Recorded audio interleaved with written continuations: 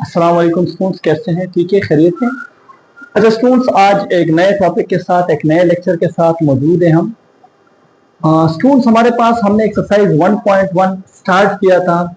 Question number 7 तक पहुंच गए थे। क्वेश्चन नंबर 7 मैंने आप लोगों को खुद कहा था कि खुद ट्राई करें, आसान है, मुश्किल नहीं है। आज मैंने ट्राई करना है क्वेश्चन नंबर 7 मैंने आप लोगों को बताया था। इसके बाद फिर क्वेश्चन नंबर 9 है। अच्छा स्टूडेंट्स, इसमें क्या कहते हैं? इसमें बुक वाले कहते हैं कि अगर एफ ऑफ एक्स आपके पास एक फंक्शन है तो आप शो करें कि ये जो फंक्शन है ये बाइजेक्टिव है। स्टूडेंट्स, तो बाइजेक्टिव के लिए हम क्या करते हैं? बाइजेक्टिव में मैंने आप लोगों को बताया था कि 1 हो एक फंक्शन प्लस ऑन2 भी हो, मतलब 1 और ऑन2 दोनों हो। 1 का भी कंडीशन हम अप्लाई करेंगे इस पे और ऑन2 का भी कंडीशन अप्लाई करेंगे हम इस पे। तो अगर दोनों कंडीशन ये सेटिस्फाई कर रहा है तो इसका मतलब ये है कि ये फंक्शन हमारे पास बाइजेक्टिव है। और मैंने आप लोगों को ये भी बताया था कि हर एक बाइजेक्टिव फंक्शन जो होता है वो इन्वर्टिबल होता है और उसका इनवर्स जो होता है वो पॉसिबल होता है, एग्जिस्ट होता है। Clear students? चलो इसको ट्राई करते हैं स्टूडेंट्स। पहले मैं 1 फंक्शन इसको प्रूव करता हूं। ठीक, तो 1 के लिए मैंने कंडीशन ये बताया था, F of x1 is equals to F of x2 1 के लिए। क्लियर है स्टूडेंट्स?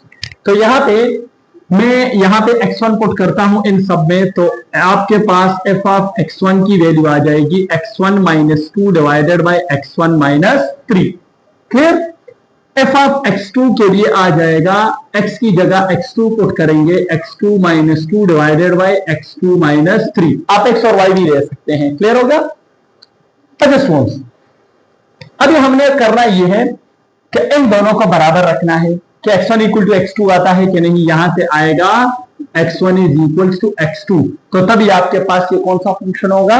1 फंक्शन होगा स्टूडेंट्स। तो यहां पे मैं इन दोनों को बराबर लिख लेता हूं, x1 minus 2 divided by x1 minus 3 is equals to x2 minus 2 divided by x2 minus 3। Students, इन दोनों का क्रॉस मल्टीप्लीकेशन कर रहा हूं, तो क्रॉस मल्टीप्लीकेशन के लिए x1 minus 2 into x2 minus 3 is equals to x2 minus 2 into x1 minus 3।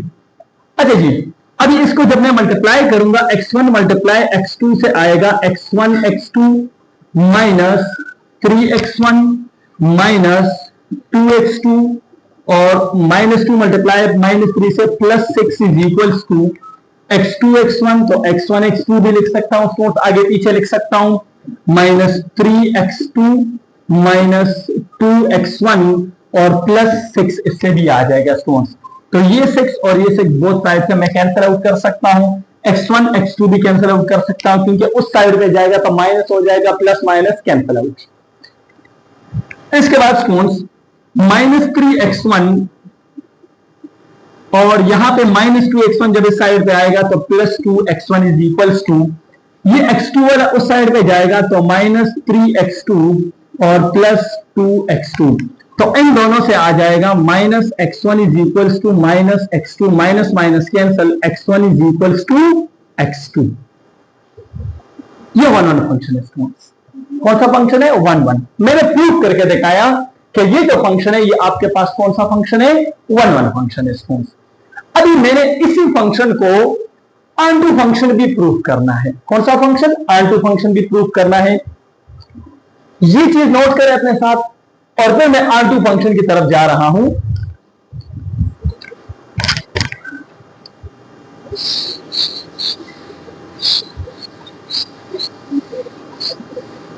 ऑन2 function के लिए हमने कंडीशन पढ़ी थी, इसमें से x की वैल्यू निकालेंगे स्टूडेंट, याद है ना? कल वाला लेक्चर अगर आप लोगों ने नहीं देखा है तो वो दोबारा देख लें। y इज इक्वल्स टू लेंगे x minus 2 divided by x minus 3। ये जब इस साइड पे आएगा तो मल्टीप्लाई हो जाएगा, तो यहां पे आ जाएगा xy minus 3y is equals to x minus 2। अभी मैंने x की वैल्यू निकालनी है तो x वाले इस साइड पे ले आए और y इस साइड पे आ जाएगा, तो आपके पास x कॉमन करूंगा तो y minus 1 is equals to 3y minus 2। Both side पे y माइनस 1 को क्या करूंगा? डिवाइड करूंगा x के वैल्यू को निकालने के लिए। तो आपके पास x की वैल्यू आ जाएगी 3y minus 2 divided bye y minus 1। Clear है? अब इसी वैल्यू को मैंने इस फंक्शन में पुट करना है कि यहां पे y is equal to F of X आ जाए, तब ये आंटू फंक्शन होगा स्टूडेंट्स। तो यहां पे मैं आ जाता हूं, F of X is equals to X की जगह, यहां पे x की जगह 3y माइनस 2 और माइनस 2 अपनी जगह पे डिवाइडेड बाय x की जगह पूरा 3y minus 2 divided bye y minus 1। इसमें कंफ्यूज नहीं होना है students, minus 2 divided bye x की जगह again 3y minus 2 divided bye y minus 1 और आपके पास माइनस 3 अपनी जगह पे। अब स्टूडेंट इन दोनों का एलसीएम लेंगे, तो ऊपर वाले का एलसीएम y माइनस 1 यहां पे आ जाएगा 3y माइनस 2, यहां पे आ जाएगा minus 2y minus minus plus 2 divided by whole divided by इन दोनों का एलसीएम आ जाएगा y minus 1 3y minus 2 minus 3y minus minus plus 3, ये और ये cancel out. 3y minus 2y से एक 1y आ जाएगा, माइनस 2 प्लस 2 कैंसिल। यहां पे आपके पास 3y minus 2 3y minus 3y ये कैंसिल और माइनस 2 प्लस 3 से 1 आ जाएगा, तो आपके पास F of X is equals to y आ गया। तो ये कौन सा फंक्शन बन गया? ये आंटू फंक्शन भी बन गया। तो मैंने आप लोगों को कहा था कि 1 1 प्लस आंटू जब इकट्ठे जाते हैं तो वो हमारे पास कौन सा फंक्शन होता है?